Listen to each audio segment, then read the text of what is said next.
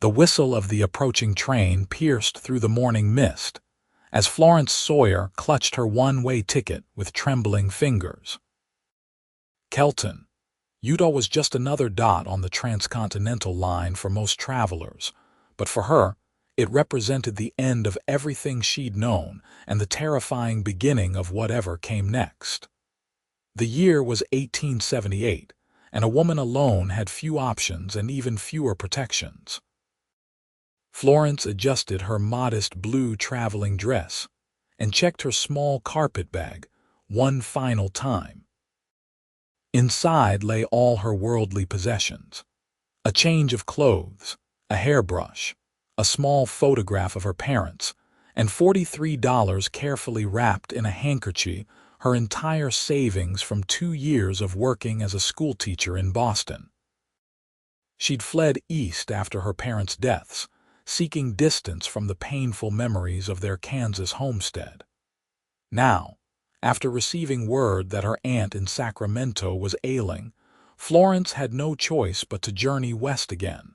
The train platform in Kelton bustled with activity. The settlement had sprung up around the railroad just 8 years prior, when the transcontinental line was completed. Despite its youth, Kelton had quickly become an important freight transfer point, bringing a steady stream of goods, passengers, and the occasional troublemaker through town. Florence kept her eyes downcast, avoiding the curious glances of the other passengers. A woman traveling alone always attracted attention, and attention was the last thing she wanted. Her plan was simple: board the train, travel to Sacramento, care for her ailing aunt, and somehow build a life there, all without looking back. Boarding for Sacramento. "All passengers for Sacramento," called the conductor, his voice carrying over the platform. Florence took a deep breath and stepped forward, ticket extended. The conductor, a stern-faced man with a gray mustache, examined her ticket with a practiced eye. "One way to Sacramento," he noted aloud, giving her an appraising look. "Traveling alone, miss?" "Yes," she answered, her voice barely audible above the hiss of the train. As she waited for the conductor to punch her ticket, Florence became aware of a presence behind her. She turned slightly to find herself looking up at a tall man in a worn leather vest and dusty boots. A cowboy by the look of him. His face was partially shadowed by a wide-brimmed hat, but she could see he was studying her ticket with interest. "One way," he commented, his voice deep and measured.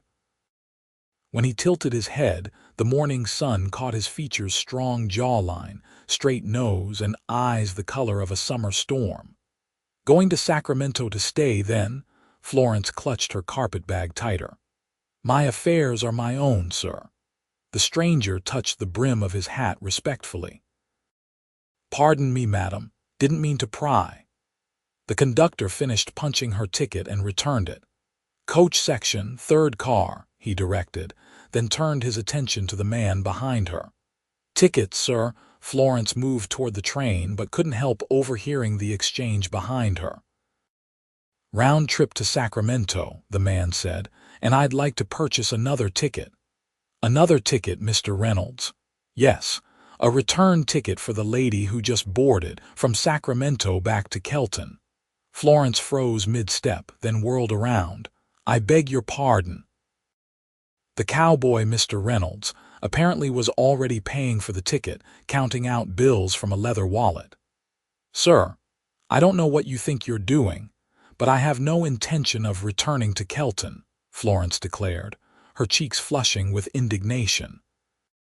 The man accepted the additional ticket from the conductor and turned to her with a hint of a smile playing at his lips.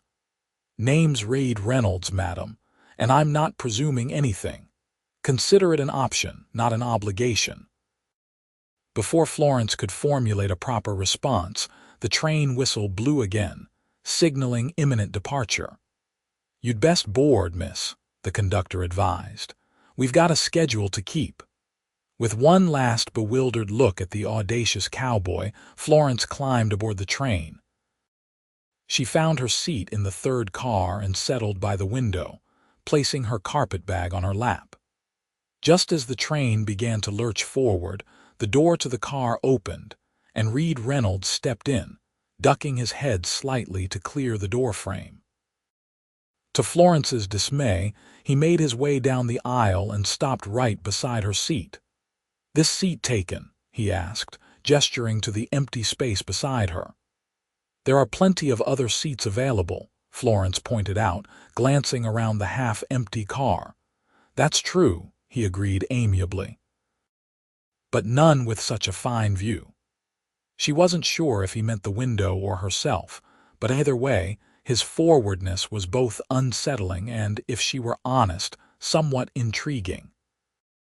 "Suit yourself," she finally said, turning her attention deliberately to the landscape beginning to slide past the window. Reed settled into the seat beside her, placing a small leather satchel under his feet. "Long journey ahead. Might as well be comfortable." Florence intended to ignore him for the duration of the trip, but curiosity got the better of her. "Why did you buy me a return ticket, Mr. Reynolds?" He considered the question for a moment. "Everyone should have the option to go back home if they need to." "Kelton isn't my home," she informed him. "Where is home, then?" Florence turned back to the window, memories washing over her like a cold rain. "I don't have one anymore."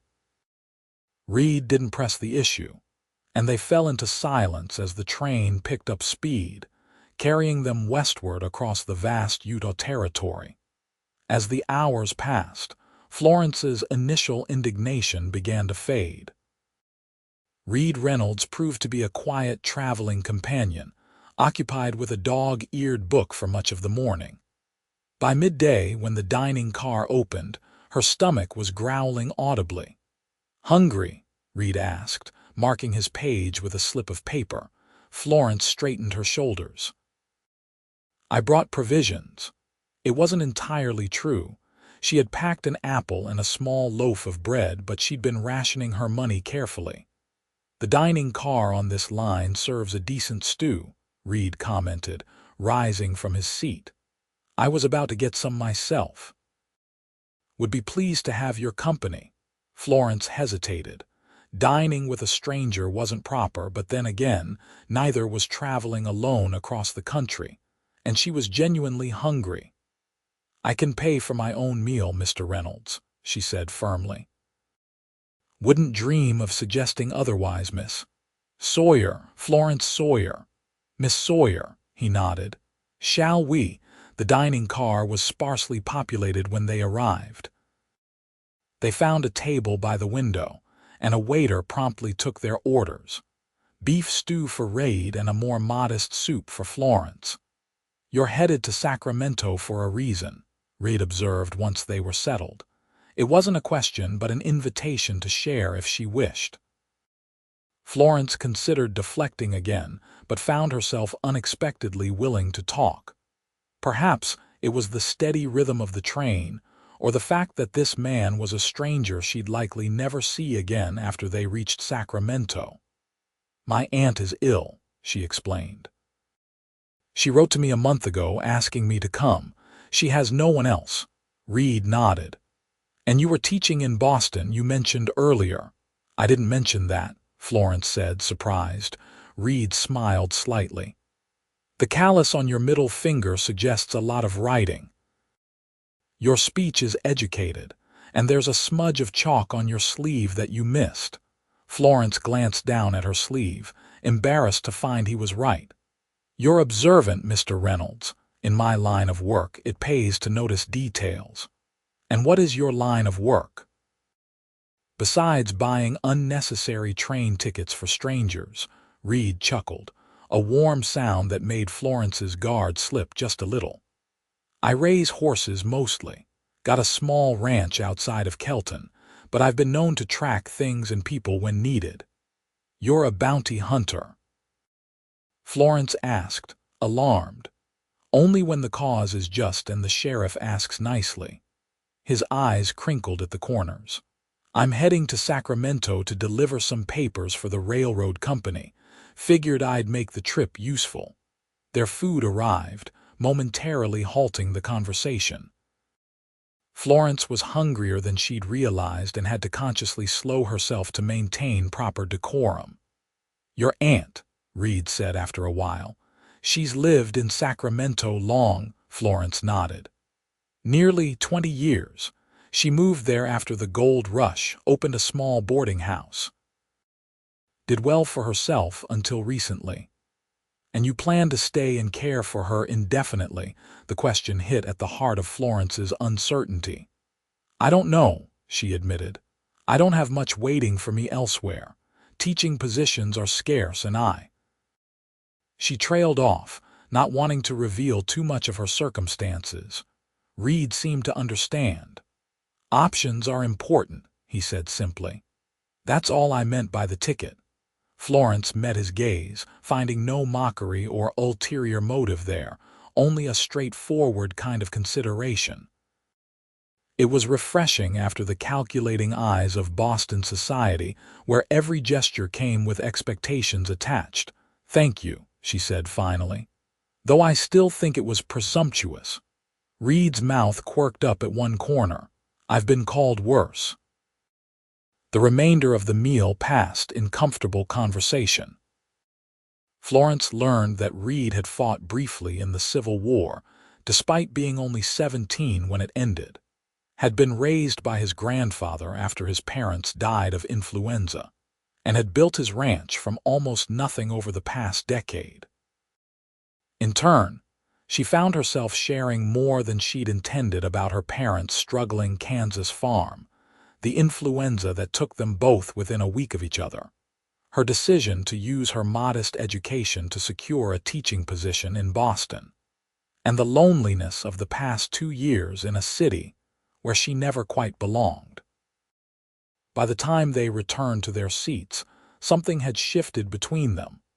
Not friendship exactly, but a kind of tentative understanding. The return ticket, tucked safely in Florence's reticule alongside her one-way passage, felt less like an imposition now and more like a gesture of goodwill, misguided perhaps, but well-intentioned. As the afternoon wore on, the train began its arduous climb into the Sierra Nevada mountains. The landscape outside transformed from arid plains to pine-covered slopes, and the air coming through the partially opened window grew cooler. Reed offered Florence his jacket when he noticed her shivering, but she politely declined. Instead, he closed the window and they watched together as the sun began to set behind the mountains, painting the sky in shades of gold and crimson. "Should reach Reno by morning," Reed commented, breaking a companionable silence. "Then Sacramento by midday tomorrow, if there are no delays." Florence nodded, suddenly aware that their brief acquaintance was nearing its end. The thought brought an unexpected pang of regret. "Your aunt's address," Reed said. "Do you have it?" Florence pulled a folded letter from her reticule. "Yes, she runs a boarding house on J Street." "J Street is respectable enough," Reed nodded approvingly.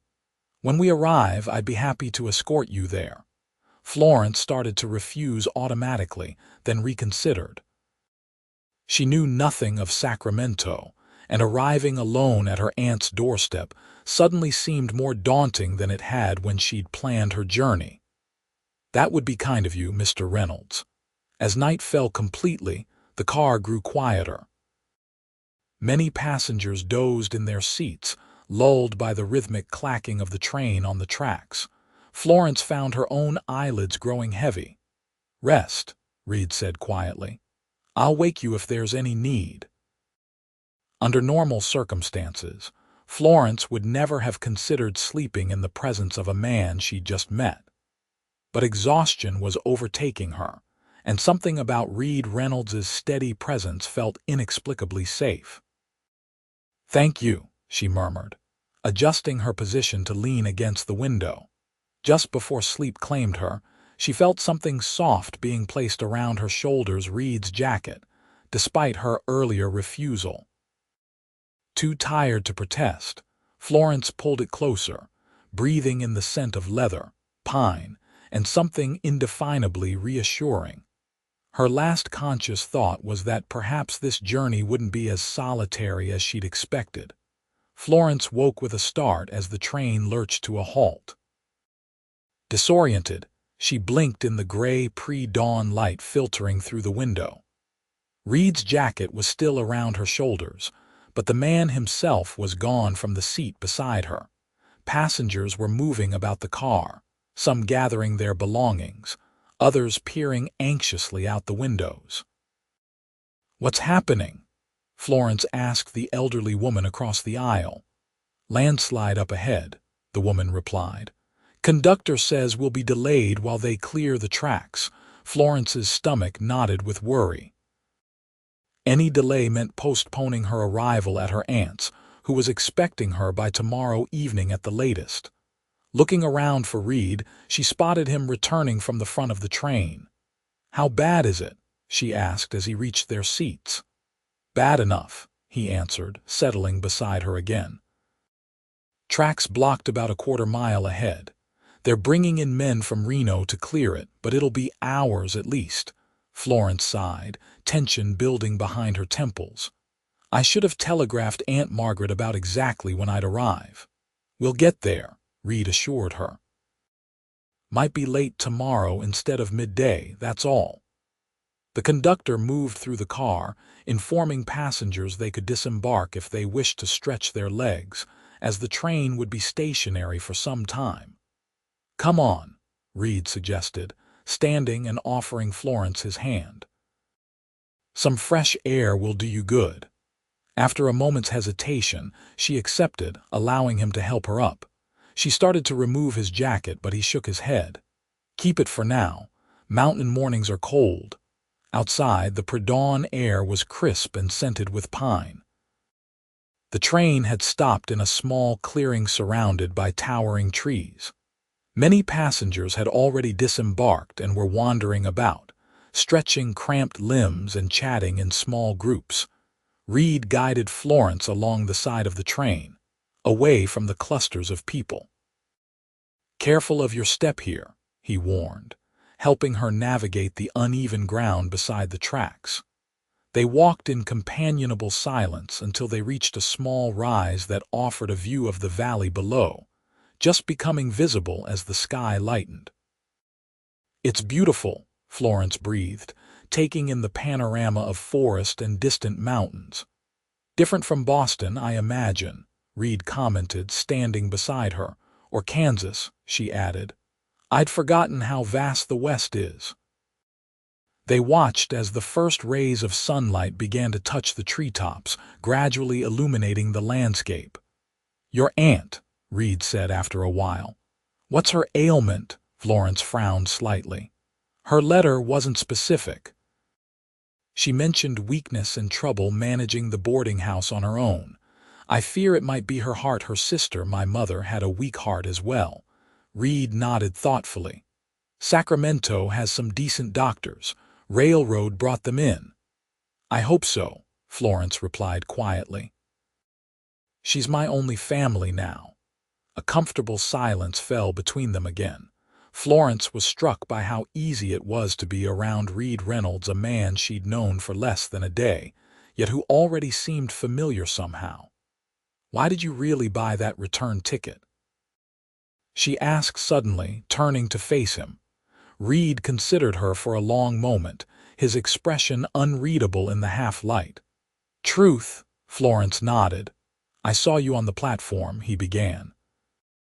"Standing alone with that one-way ticket and looking like you were headed toward the end of the world instead of Sacramento reminded me of someone." "Who?" Florence asked softly. "My sister," Reed said, his voice growing quieter. "She left home with a one-way ticket 2 years back. Said she was going to make a new life in San Francisco." He paused. "Never heard from her again."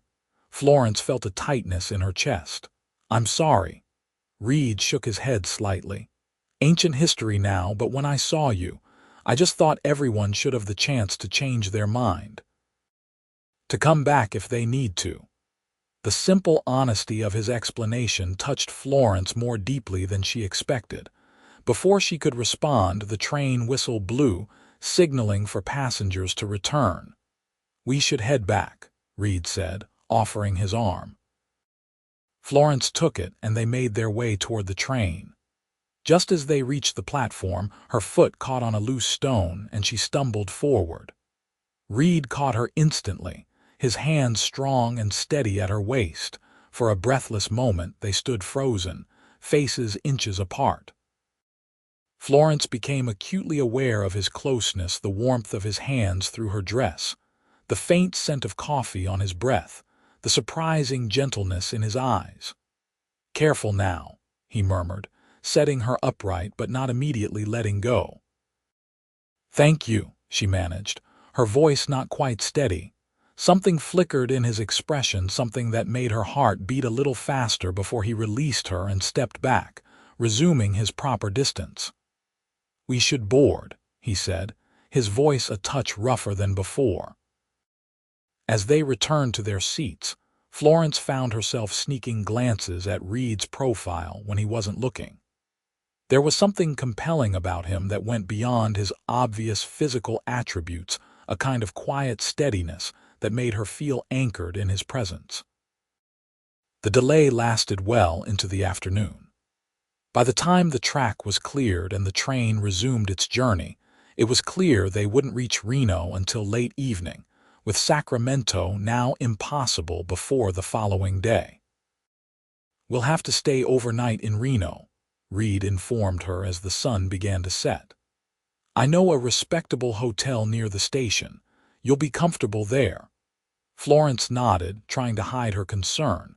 Her carefully budgeted funds hadn't accounted for an extra night's lodging. As if reading her thoughts, Reed added, "The railroad will cover accommodations because of the delay. It's their policy." Relief washed over her. That's fortunate. When they finally pulled into Reno shortly before midnight, Florence was exhausted. The platform was dimly lit and nearly deserted at the late hour. Reed took charge efficiently, collecting both their bags and guiding her through the quiet streets to a modest but clean-looking hotel 2 blocks from the station. Inside, the night clerk greeted Reed with recognition. "Mr. Reynolds, didn't expect to see you tonight." "Landslide delayed the train, Morris," Reed explained. "Need 2 rooms for the night. Railroad's covering it." The clerk nodded, glancing curiously at Florence before turning to the key rack behind him. "Got one on the first floor and one on the second. That work for you?" "The lady will take the first floor room," Reed decided. "I'll take the one upstairs." Florence wanted to protest that she could make her own arrangements, but she was too tired to argue, and Reed's consideration in giving her the more accessible room was touching. "Dining room opens at 6, Morris informed them as he handed over the keys. "Train to Sacramento leaves at 8 tomorrow morning." Reed thanked him and led Florence down a short hallway to her room. He unlocked the door, checked inside briefly, then handed her the key. "Try to get some rest, Miss Sawyer," he said. "I'll knock on your door at 7 so we can have breakfast before the train." Florence nodded gratefully. "Thank you for your assistance, Mr. Reynolds." He tipped his hat slightly, a gesture she was beginning to find endearing. "Sleep well." Alone in her room, Florence set down her carpetbag and surveyed her temporary accommodations. The room was simple but clean: a narrow bed with a quilt, a washstand with a pitcher and basin, a small writing desk, and a window overlooking a quiet side street. She removed Reed's jacket, which she'd forgotten she was still wearing, and folded it carefully over the back of the chair. The garment seemed to carry his presence somehow, and Florence found herself running her fingers over the worn leather before catching herself and pulling away. After washing her face and changing into her nightdress, Florence sat on the edge of the bed and pulled out her aunt's letter, re-reading it by lamplight. "My dear Florence." It began in a shaky hand so different from her aunt's usually firm penmanship. I find myself in need of assistance these days. Age has finally caught up with me, it seems, and managing the boarding house alone has become too much. I have no right to ask, but if you could find it in your heart to come west, I would be eternally grateful. I've enclosed enough for a one-way ticket. Florence folded the letter, worry gnawing at her. The more she reread it, the more concerned she became about her aunt's condition. The letter had taken nearly 3 weeks to reach her in Boston, and another week had passed before she could arrange her departure. What if she arrived too late? Sleep came fitfully that night, filled with troubling dreams of arriving at an empty boarding house, of searching endlessly for an aunt who couldn't be found. In one particularly vivid dream, she was back on the platform in Kelton, clutching her one-way ticket as the train pulled away without her. Morning came as a relief. Florence woke to sunlight streaming through the window and the distant sounds of the town coming to life. She dressed quickly in her spare dress, a practical gray garment with minimal adornments, and was just finishing pinning up her hair when a knock came at the door. Reed stood in the hallway, hat in hand, looking rested and freshly shaven. His eyes took in her appearance with quiet appreciation. "Good morning, Miss Sawyer. I trust you slept well." "Well enough, thank you," she replied, retrieving his jacket from the chair. "Your coat, Mr. Reynolds." "Thank you for lending it to me." He accepted it with a nod. "Breakfast awaits if you're hungry." The hotel's dining room was nearly empty at the early hour. They were served a simple but hearty meal of eggs, bacon, and fresh bread. Florence ate with more appetite than she'd felt in days, finding herself strangely content despite the delay in their journey and her ongoing worries about her aunt.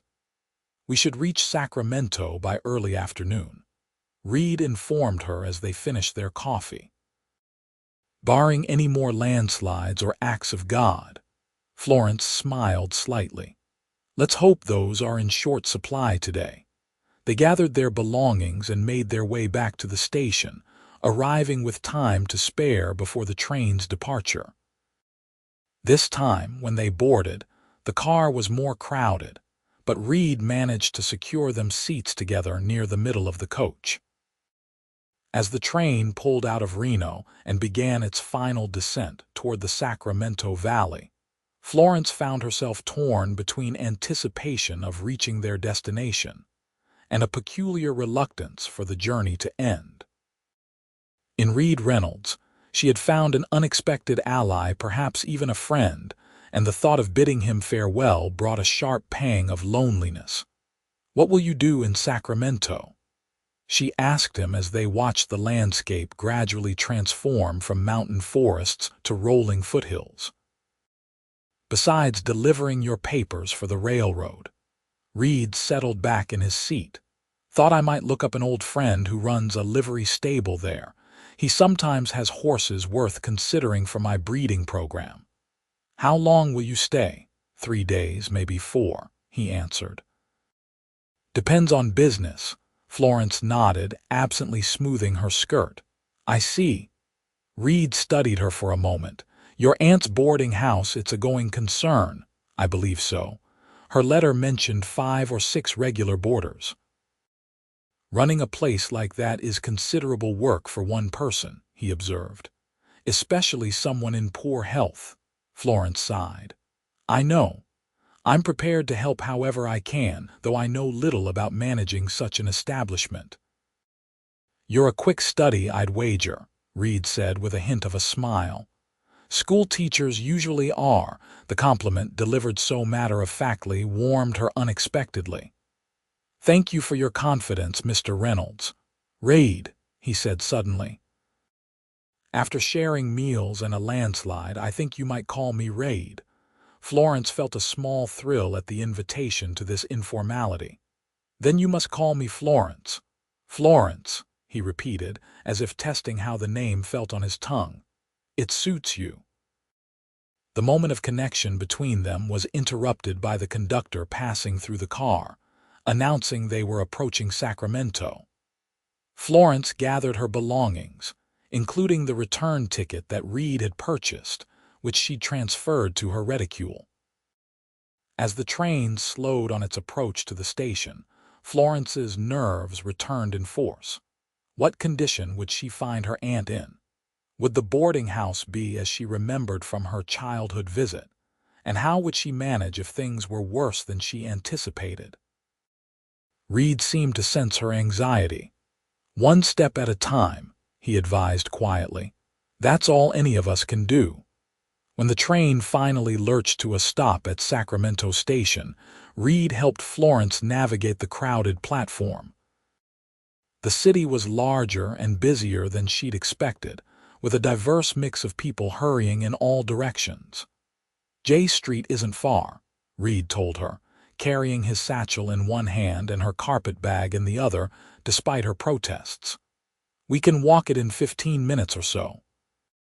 They made their way through the bustling streets, passing shops, hotels, and businesses of all kinds.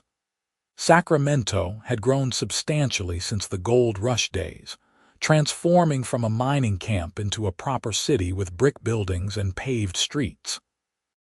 Florence tried to take it all in while keeping pace with Reed's long strides. The unfamiliarity of everything heightened her anxiety, making her grateful for his confident presence beside her. "There," Reed said eventually, pointing to a 3-story building on a corner lot. "That matches the address." The Magnolia boarding house looked much as Florence remembered from 15 years earlier, a large Victorian structure with a wide front porch and neatly painted shutters. A discreet sign hanging near the door confirmed they had the right place. Florence hesitated at the bottom of the porch steps, suddenly overwhelmed by the finality of her arrival. This was to be her new home, her new life. There was no going back to Boston now. Except, her hand brushed against her reticule, feeling the outline of 2 tickets inside. One used, one waiting a choice she hadn't had before Reed Reynolds decided to buy her a return passage. "Would you like me to wait?" Reed asked, setting down her carpet bag beside her. Florence shook her head. "No, that's not necessary. You've been more than kind already." He nodded but made no move to leave. "I'm staying at the Golden Eagle Hotel," he said instead. "It's on K Street, not far from here. If you need anything at all, you can find me there for the next few days." "Thank you," Florence said, genuinely touched by his concern. "For everything." Reed touched the brim of his hat. "It was my pleasure, Florence." For a moment, it seemed as though he might say something more. His eyes held hers with an intensity that made her breath catch. But then he simply nodded once more and turned to go. Florence watched him walk away, a tall figure in a dusty coat moving purposefully down the street, until he turned a corner and disappeared from view. Only then did she pick up her carpet bag, square her shoulders, and climb the steps to her aunt's door. A brass knocker shaped like a pine cone hung at eye level. Florence took a deep breath and rapped it against the door 3 times. After a moment, she heard shuffling footsteps approach from inside. The door swung open to reveal not her aunt but a thin, elderly man with spectacles perched on the end of his nose. He peered at her curiously. "Yes, miss. Can I help you? I'm looking for Margaret Sawyer," Florence explained. "I'm her niece, Florence." The man's expression brightened. "Oh, Miss Florence?" Yes, Mrs. Sawyer mentioned you'd be arriving. Please come in." He stepped back, allowing her to enter a tidy foyer with a staircase leading to the upper floors. The house smelled of furniture polish and something baking apple pie, Florence guessed. "I'm Mr. Whitley," the man introduced himself. "Been boarding here going on 8 years now. Mrs. Sawyer's in the parlor. This way, if you please." He led her through a doorway on the right into a comfortable parlor furnished with a sofa, several armchairs, and a small writing desk. By the window, in a rocking chair, sat Florence's aunt. Margaret Sawyer had aged considerably since Florence had last seen her. Her once auburn hair was now completely silver, and her face bore the deep lines of someone who had weathered much in life. But her eyes, the same hazel as Florence's own, lit up with recognition and joy. "Florence, my dear girl," she exclaimed, rising slowly from her chair with the aid of a walking stick. "You've come at last." Florence set down her bag and embraced her aunt gently, alarmed at how frail she felt beneath her shawl. "Aunt Margaret, I came as quickly as I could." Margaret patted her cheek. "You're here now, that's what matters." She gestured to a chair nearby. "Sit, sit. You must be exhausted from your journey." As Florence took the offered seat, Mr. Whitley discreetly withdrew, closing the parlor door behind him. "How are you feeling, Aunt?" Florence asked directly, studying her aunt's pale complexion and the slight tremor in her hands. Margaret waved dismissively. "Old, my dear, simply old. The doctor calls it general decline, which is his way of saying I'm wearing out." She smiled wryly. "But I'm not finished yet, just slowed down a bit." "Your letter worried me," Florence admitted. "You mentioned having trouble managing the boarding house." "Ah, yes," Margaret sighed. "These stairs have become my enemy, I'm afraid. And keeping up with the cooking and cleaning for 6 boarders, all gentlemen of advancing years, has become rather more than I can manage alone." "How have you been managing until now?" "I hired a girl from town to help with the heavy work, but she's married now and gone to live with her husband's people in Oregon." Margaret reached out to take Florence's hand. "That's why I wrote to you. I need someone I can trust to help me keep this place running. Someone who might eventually—" She trailed off. "Take it over," Florence finished quietly. Margaret nodded. "It's a good business, Florence. It provides a comfortable living, and it could be yours someday if you wanted it." Florence squeezed her aunt's hand. "Let's not worry about someday just yet. For now, I'm here to help you recover your strength." Relief washed over Margaret's features. "You're so like your mother, practical to the core." Over tea served by Mr. Whitley, who seemed to have appointed himself Margaret's unofficial assistant, Florence learned more about the boarding house and its operations. Besides Whitley, there were 5 other boarders, all older men of respectable professions. A retired banker, a former schoolmaster, a bookkeeper, a widowed doctor, and a gentleman who had once owned a successful mercantile business. "They're all quite self-sufficient," Margaret explained. "They mainly need a clean room, decent meals, and occasionally someone to listen to their stories." Florence smiled. "That sounds manageable."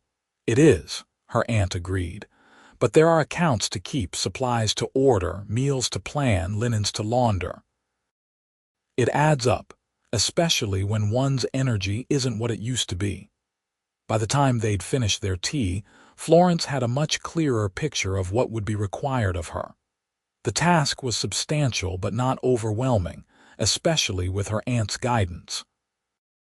"You'll stay in the family quarters with me," Margaret said as she showed Florence to a small but pleasant bedroom at the back of the house.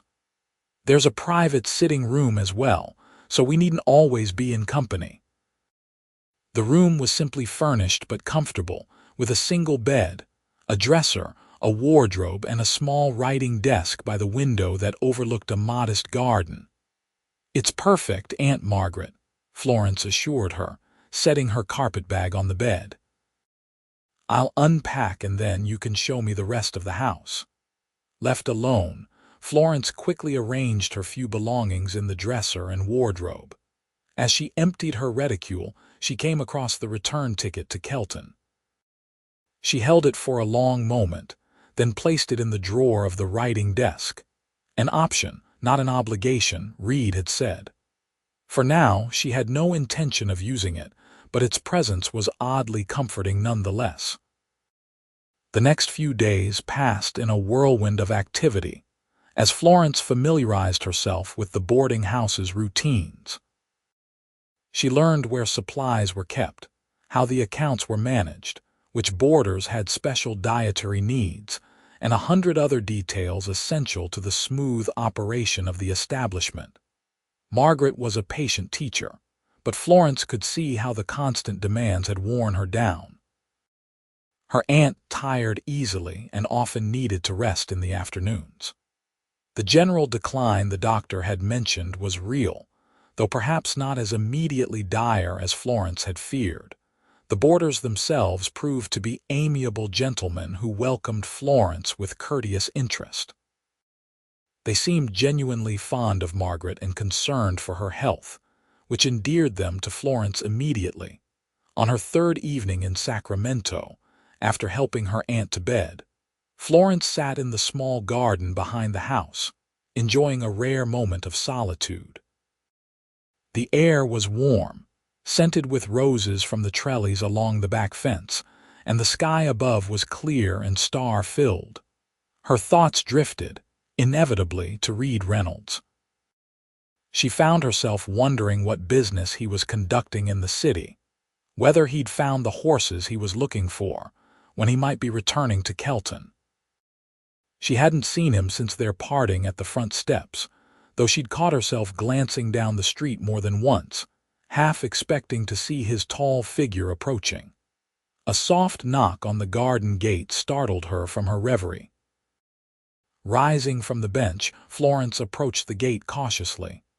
"Who's there?" Reed Reynolds, came the familiar deep voice from the other side. "Hope I'm not intruding."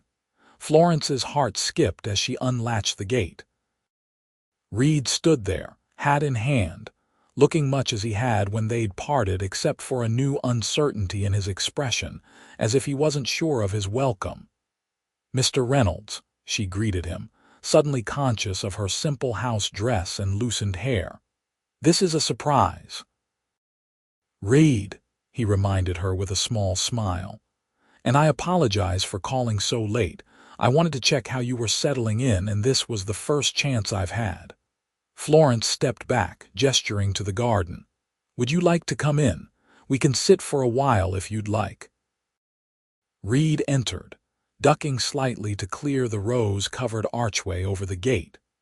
In the soft light from the kitchen windows, he looked less weathered than he had on the train, more gentleman than cowboy, despite his practical attire. They settled on the garden bench, a proper distance apart. The night air seemed suddenly charged with a subtle tension that hadn't been present during their journey. "How is your aunt?" Reed inquired. "Frailer than I expected," Florence answered honestly, "but her spirit is strong. The doctor believes with proper rest and care she may yet recover some of her vigor." Reed nodded. "And the boarding house, is it manageable, more or less?" Florence smiled ruefully. "There's much to learn, but the boarders are patient, and Aunt Margaret is an excellent teacher when she's not too tired." "And you?" Reed's gaze was intent. "Are you finding Sacramento to your liking?" Florence considered the question. "It's different from what I expected." "Livelier, more established. I think I could come to appreciate it given time." A comfortable silence fell between them, broken only by the distant sounds of the city and the occasional chirp of a cricket. "I've concluded my business here," Reed said finally. "I'll be returning to Kelton on tomorrow's train." Florence felt a sharp pang of disappointment, though she'd known his stay would be brief. "I see. Did you find the horses you were looking for?" "Found two that might suit my purposes," he confirmed. "Fine quarter horses with good bloodlines." Another silence, heavier this time. "Florence," Reed began, then paused, seeming to search for words. "I want you to know that offer stands. The return ticket. Whether it's a month from now or a year, it's yours to use if you need it." "That's very generous," she replied softly. "Though I can't imagine what would bring me back to Kelton." Reed's eyes held her steadily. "Perhaps not what, but who."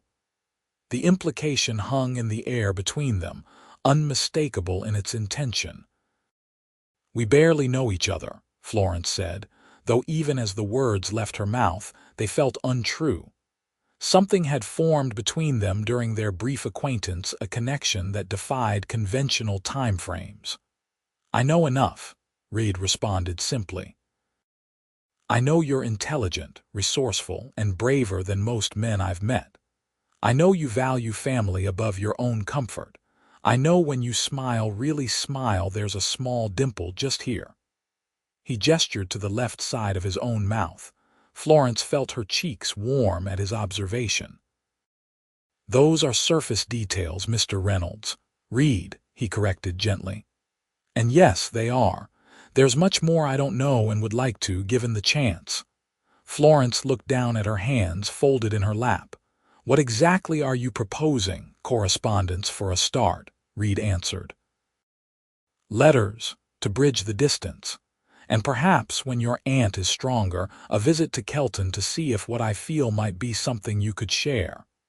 His directness both alarmed and thrilled her. In Boston, men approached courtship with elaborate rituals and veiled intentions. Reed's straightforward approach was refreshingly honest, if somewhat overwhelming. "And what do you feel, exactly?" Florence asked, scarcely believing her own boldness.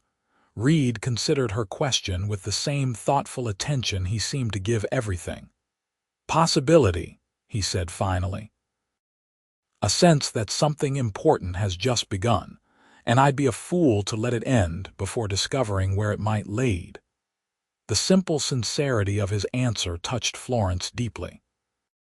She had felt it too, that strange sense of recognition, as if they'd known each other in some previous life and were merely continuing a conversation long ago started. "I would welcome your letters," she said at last. "Beyond that, I can promise nothing.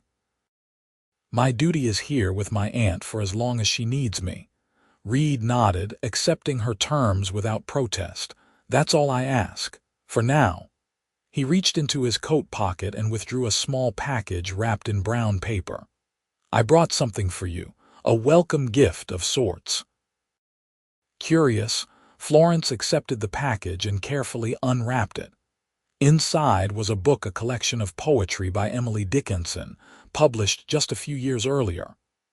"I noticed you admiring my book on the train," Reed explained. "Thought you might enjoy some reading of your own for those quiet evenings." Florence ran her fingers over the embossed cover, deeply touched by the thoughtfulness of the gift. "Thank you. I shall treasure it."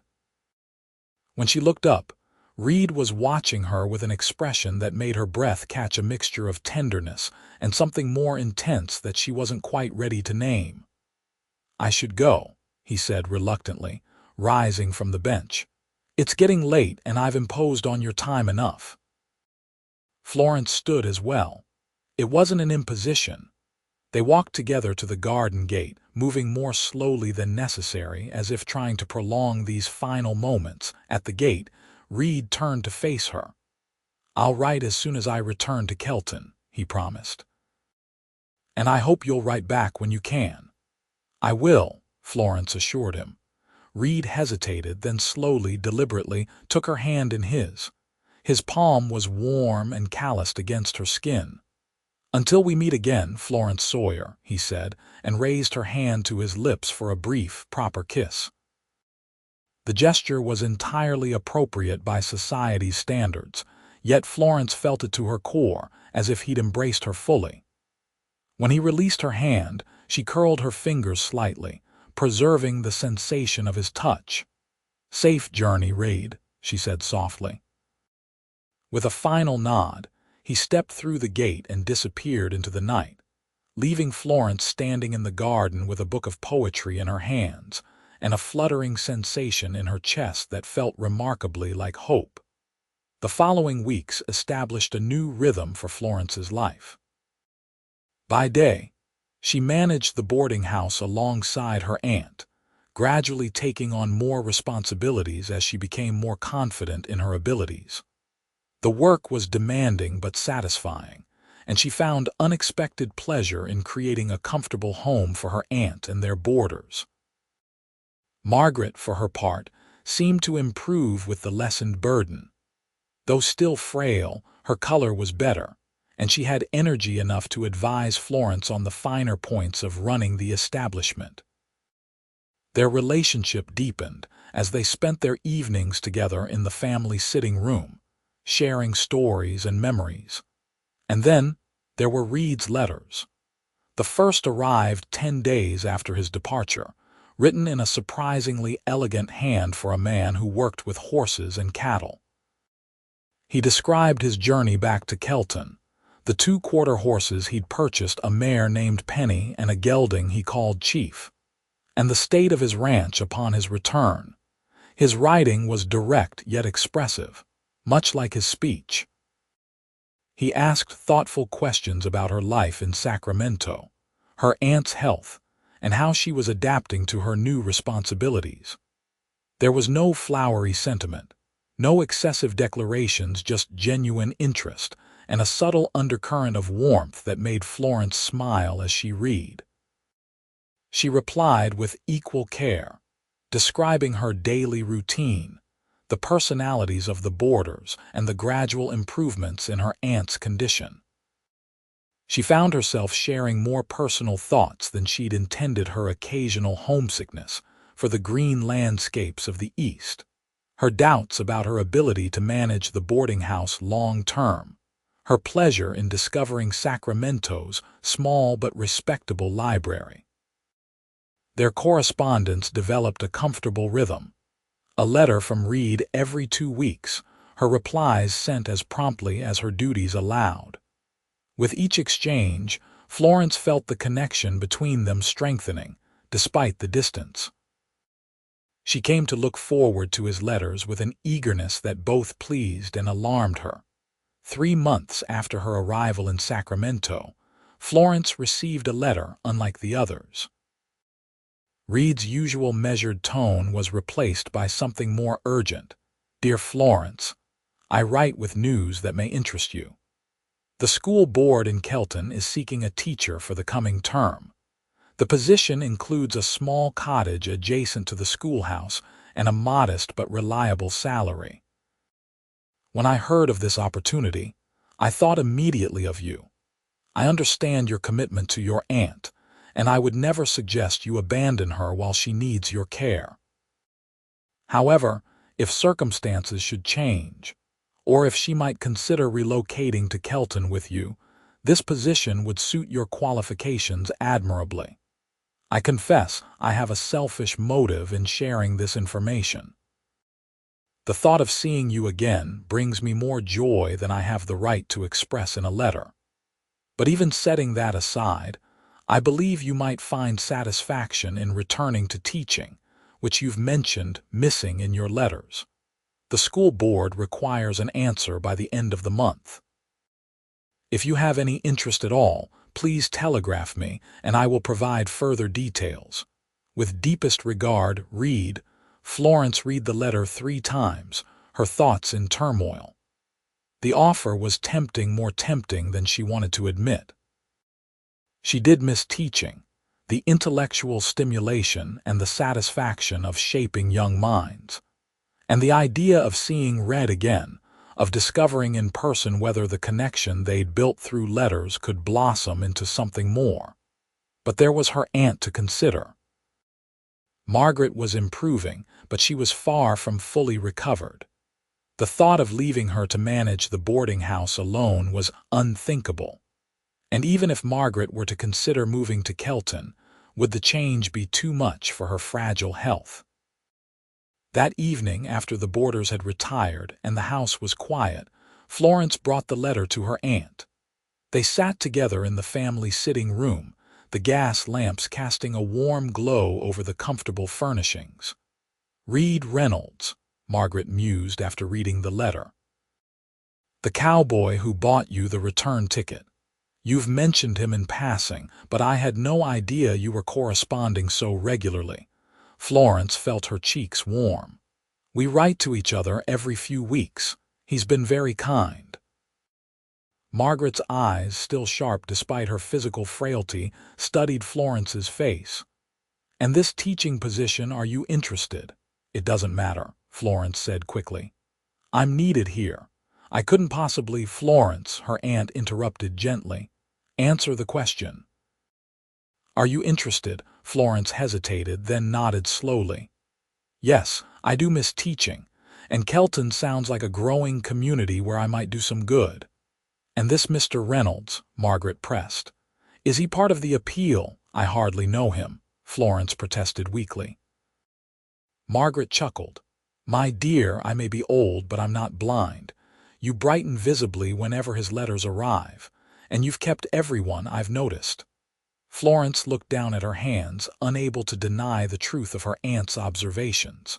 I'm confused, she admitted. I feel drawn to him in a way I can't explain, especially given how brief our actual acquaintance was. It seems foolish to base such feelings on letters alone. Not foolish at all, Margaret disagreed. Some of history's greatest romances have flourished through correspondence. Letters reveal character in ways that casual interaction often doesn't. Even so, Florence sighed, my place is here with you. You're the only family I have left, and you need me.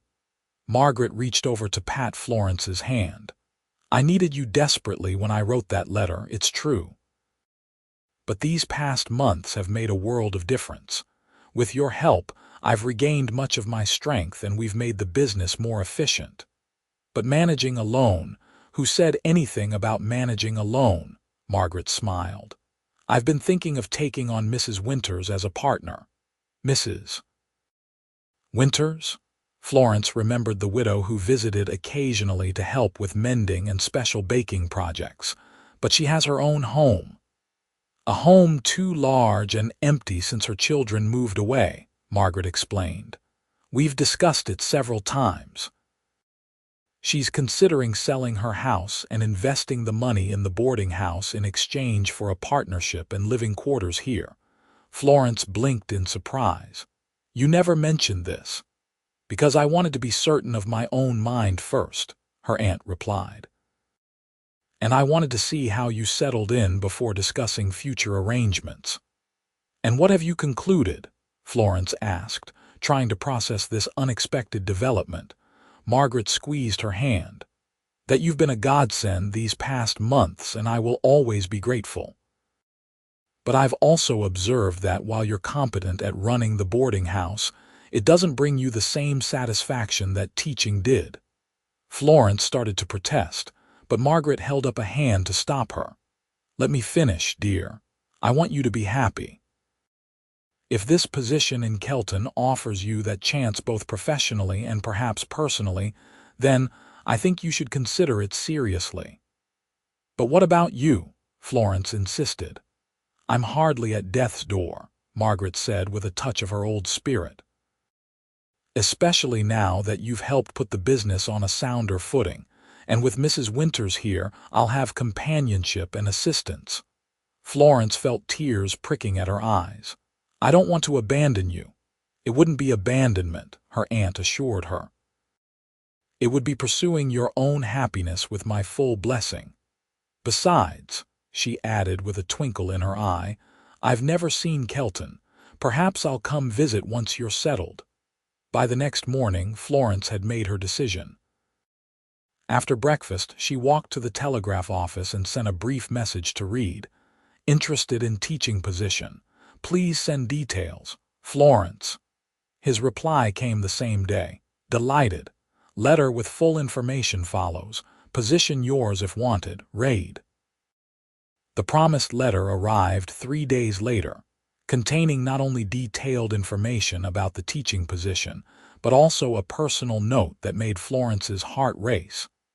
If you decide to accept this position, the return ticket I purchased will finally serve its purpose. I would count it the best investment I've ever made. The thought of seeing you again fills me with a hope I scarcely dare to name. After consulting further with her aunt and exchanging several more telegrams with Reed and the Kelton School Board, Florence formally accepted the position. The school term would begin in 6 weeks, giving her time to help her aunt finalize the partnership with Mrs. Winters and prepare for the journey back to Kelton. As the day of her departure approached, Florence experienced a mixture of emotions: excitement about returning to teaching, nervousness about seeing red again, and lingering concern for her aunt despite all assurances. "Stop fretting," Margaret told her the night before she was to leave. "Mrs. Winters moves in tomorrow. The boarders are all fond of her, and I feel better than I have in a year." "I'll write every week," Florence promised, helping her aunt prepare for bed. "And if you need me to come back for any reason at all, I'll telegraph immediately," Margaret finished for her. "Now, about this Mr. Reynolds." Florence busied herself straightening items on the dresser. "What about him? Are you prepared for what seeing him again might mean?" Florence paused. "I don't know," she admitted. "Our letters have created a connection, but you're afraid the reality might not match what you've built in your mind," Margaret suggested gently. "Yes," Florence nodded. "Exactly that," Margaret smiled. "That's wise caution, my dear, but don't let it prevent you from recognizing happiness if it's offered to you. Sometimes the greatest risk brings the greatest reward." The next morning dawned clear and mild, perfect traveling weather. Florence's trunk was packed with her modest belongings, plus a few new items her aunt had insisted on providing. A second good dress for special occasions, a warm shawl for Kelton's cooler climate, and a small silver frame containing a daguerreotype of Margaret. Mrs. Winters arrived early to help see Florence off, her kind face beaming with excitement about her new venture. The boarders, too, gathered to bid farewell to the young woman who had managed their comfort for the past months, presenting her with a small purse they had collected among themselves as a parting gift. "For any little necessities you might need in your new position," Mr. Whitley explained, his spectacles misting slightly. "And to remember us by." The journey to the station was bittersweet. Florence held her aunt's hand tightly in the hired cab, storing away the memory of her face to carry with her to Kelton. "You'll write as soon as you arrive," Margaret confirmed as they reached the platform. "The very same day," Florence promised, embracing her aunt carefully. "And you'll telegraph if you need anything at all," Margaret nodded, then held Florence at arm's length, studying her face. "Be happy, my dear, that's all I ask." "I'll try," Florence whispered, blinking back tears. As the train pulled into the station, Florence took a deep breath and squared her shoulders. She was not the same uncertain woman who had arrived in Sacramento months ago. She was stronger now, more confident in her abilities, and clearer about what she wanted from life. And what she wanted, she was beginning to accept, included a certain cowboy who had once purchased a return ticket for a stranger. The journey to Kelton seemed both longer and shorter than Florence remembered. Longer because of her mounting anticipation. Shorter because this time she knew what to expect from the changing landscape and the train's rhythms. She had telegraphed Reed the day before her departure with her expected arrival time, but had insisted he needn't meet her at the station. After months of correspondence, their reunion felt too significant for such a public setting. Instead, she had arranged to stay her first night at the hotel in Kelton, giving herself time to settle her nerves before seeing Reed and meeting with the school board the following day. As the train approached Kelton, Florence gazed out the window at the now familiar surroundings. The town had grown even in the short time since she'd passed through, with several new buildings visible from the tracks. In one of his letters, Reed had mentioned that the discovery of silver in the nearby mountains had brought new prosperity to the area. When the train finally pulled into the station, Florence gathered her reticule and the small carpet bag containing essentials for overnight. Her trunk would be delivered to the hotel later. Stepping onto the platform, she was struck by a powerful sense of déjà vu. The same station, the same sounds of the train hissing and passengers disembarking, but everything else transformed by the journey she had taken, both physically and emotionally. Florence made her way through the station, navigating more confidently than she had on her first visit. Outside, the afternoon sun cast long shadows across the main street as she headed toward the hotel Reed had recommended, the same one, she realized, where he had stayed during their brief acquaintance. She was so focused on her destination that she almost missed the familiar figure leaning against the hitching post outside the general store. Almost, but not quite. Some deeper awareness made her turn her head at precisely the right moment. Reed Reynolds stood watching her, hat in hand, the sun highlighting the auburn glints in his brown hair. He was dressed much as she remembered, practical clothes suited to ranch work but freshly shaven, and with an expression on his face that made her heart skip and then race. Florence stopped in her tracks, carpetbag forgotten in her hand. They had agreed to meet tomorrow. He wasn't supposed to be here, and yet, seeing him now, she couldn't imagine waiting another day. For a long moment, they simply looked at each other across the busy street, oblivious to the people passing between them. Then, as if by mutual agreement, they began moving toward each other. They met in the middle of the dusty road, heedless of the wagon that had to swerve slightly to avoid them. "You weren't supposed to be here," Florence said, her voice betraying her emotion. Reed's eyes never left her face. "Couldn't stay away," he admitted simply. "Not when I knew you were coming." Florence's carefully prepared speech about taking things slowly, about needing time to reacquaint themselves in person, evaporated in the warmth of his gaze. "I kept it," she said instead. "The return ticket, all this time." A slow smile spread across Reed's face, the full, genuine smile she'd seen only once or twice during their journey. "Best money I ever spent," he said softly. Then, with a deliberateness that took her breath away, he reached out and took her free hand in his. His palm was warm and solid against hers, just as she remembered. "Welcome back to Kelton, Florence Sawyer," he said, his voice rough with emotion. "I've been waiting for you."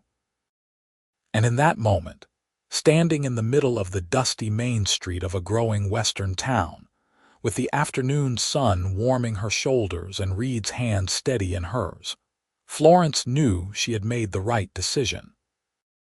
Whatever came next, the teaching position, the small cottage, the getting to know Reed beyond their letters, would be an adventure worth taking. The return ticket had brought her full circle, not to the same place she had passed through months ago, but to a new beginning, one she was finally ready to embrace.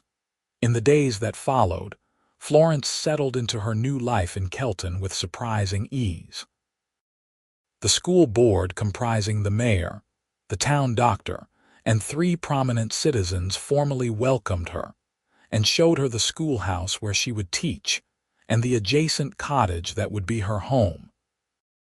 The cottage was small but well built, with 2 bedrooms, a combined kitchen and sitting area, and a covered porch that caught the morning sun.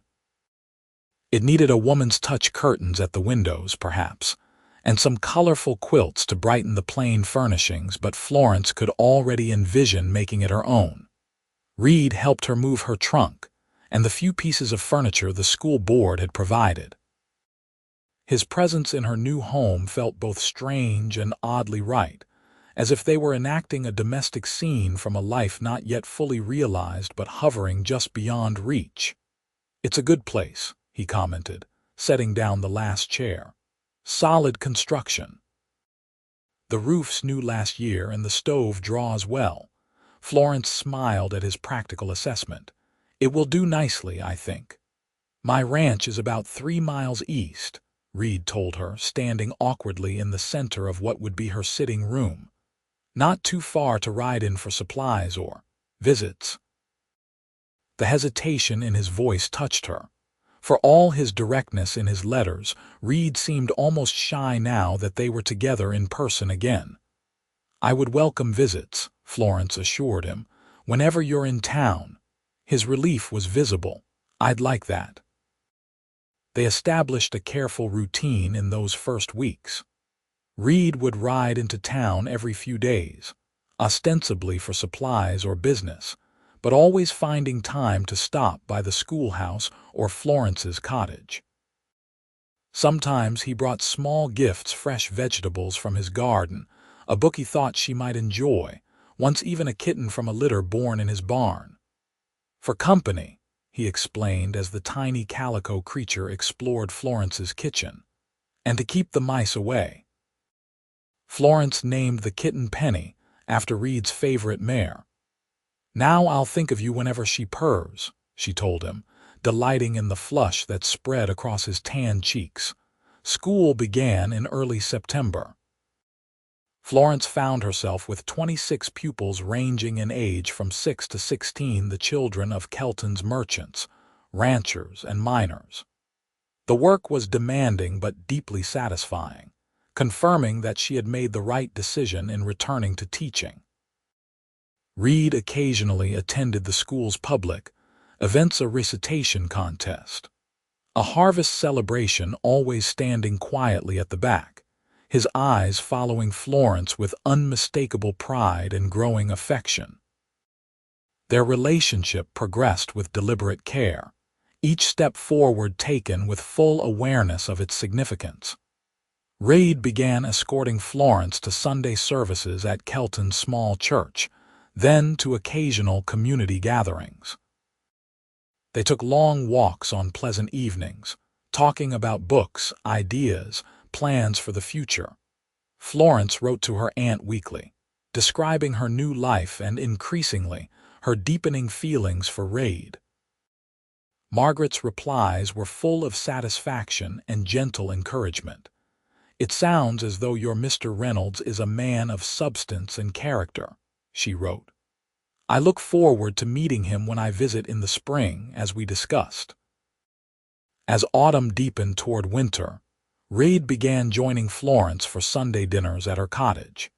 She discovered an unexpected pleasure in cooking for him, in watching his appreciation of even her simplest efforts. They settled into a comfortable domesticity that felt both new and somehow familiar, as if they were remembering rather than creating these moments together. On a crisp November evening, nearly 3 months after Florence's return to Kelton, Reed arrived for dinner as usual, but with an unusual tension about him. He had dressed more formally than was his custom, in a clean white shirt and dark jacket rather than his usual work clothes. Florence, noticing the change, felt a flutter of anticipation as she served the beef stew she'd prepared. They ate mostly in silence, the atmosphere charged with unspoken possibilities. After the meal, as they sat before the small fire in Florence's sitting room, Reed finally spoke. "I have something for you," he said, reaching into his pocket. He withdrew a small package wrapped in tissue paper. Florence accepted it with curious hands. "What's the occasion?" "Open it first," Reed suggested, his voice tight with an emotion Florence couldn't quite identify. Carefully, she unwrapped the tissue to reveal a small velvet box. Her heart began to race as she opened it to find a ring, a delicate gold band set with a single pearl surrounded by tiny diamonds. "Reed," she breathed, looking up to find his eyes fixed intently on her face. "It was my grandmother's," he explained. "My grandfather gave it to her when they decided to journey west together. He always said the pearl represented the rare and precious thing they'd found in each other." With deliberate movements, Reed rose from his chair and knelt before Florence, taking her free hand in both of his. "Florence Sawyer," he began, his voice steadier now, "when I bought that return ticket months ago, I had no right to hope it would lead to this moment. But I find myself thanking Providence every day that our paths crossed." He took a deep breath. "These past months of knowing you first through letters, and now in person, have been the richest of my life. You've brought light and purpose and joy to days that were merely dutiful before." Florence felt tears gathering in her eyes as Reed continued, his gaze never wavering from hers. "I'm asking if you'll join your life to mine, not just in returning to Kelton, but in building something lasting together. Will you marry me, Florence? Will you make a true home with me?" The question hung in the air between them, momentous yet somehow inevitable, as if all their conversations, all their careful steps toward each other, had been leading to this precise moment. Florence looked down at the ring glinting in its velvet nest, then back at the man kneeling before her, the man who had first entered her life through an unexpected gesture of kindness on a train platform. "Yes," she said simply, her voice clear despite the emotion constricting her throat. "Yes, Reed, I will marry you." Joy transformed his features as he took the ring from its box and slid it onto her finger. It fit perfectly, as if it had been made for her hand alone. "I love you," Reed said, rising to draw her to her feet. "I think I began loving you that day on the platform, when you looked so brave and so alone." "And I love you," Florence replied, the words feeling both new and familiar on her tongue. "For your kindness, your honesty, your strength, and for buying a return ticket when I thought I had nowhere to return to." Reed's hands came up to frame her face, his touch reverent. "May I?" he asked softly. At Florence's nod, he lowered his head and kissed her for the first time, a gentle meeting of lips that deepened as Florence's arms circled his neck. In that kiss was a promise of all that would come. A shared life, a home built together, a love that had begun with a simple train ticket and would endure through all the journeys yet to come. They were married the following spring in Kelton's church, with Margaret Sawyer proudly in attendance, having made the journey from Sacramento with Mrs. Winters as her companion. The entire town turned out for the ceremony, the school children forming an honor guard with flowers as Florence and Reed emerged from the church as husband and wife. Reed had expanded his ranch house in preparation for their marriage, adding rooms that would one day, they both hoped, be filled with children's laughter. For now, they delighted in establishing their home together, Florence bringing her teacher's organized mind and warm heart to complement Reed's practical skills and steady devotion. On their first anniversary, Reed presented Florence with a framed shadow box containing 2 train tickets, the original one-way ticket to Sacramento she had purchased, and beside it, the return ticket to Kelton he had bought for her that fateful day. "To remember how our journey began," he said as she traced the tickets with gentle fingers. "And to celebrate that it continues," Florence added, rising on tiptoes to kiss her husband. Years later, when their children asked how they had met, Florence and Reed would share the story of the one-way ticket and the unexpected return journey that had brought them together. Their oldest daughter, Margaret, named for Florence's aunt who had lived to see her grand-niece born, particularly loved the tale. "It's like a fairy tale," she would say, eyes shining. "A cowboy who buys a ticket for a lady he doesn't even know." "Not a fairy tale," Reed would correct her gently, his hand finding Florence's as naturally as breathing. "Just 2 people finding their way home to each other." And Florence, looking at the life they had built together, the ranch that had prospered under their joint care, the children who carried the best of both of them, the love that had deepened with each passing season, would squeeze her husband's hand and think of that long-ago train platform, where a one-way journey had unexpectedly become the route to everything that mattered.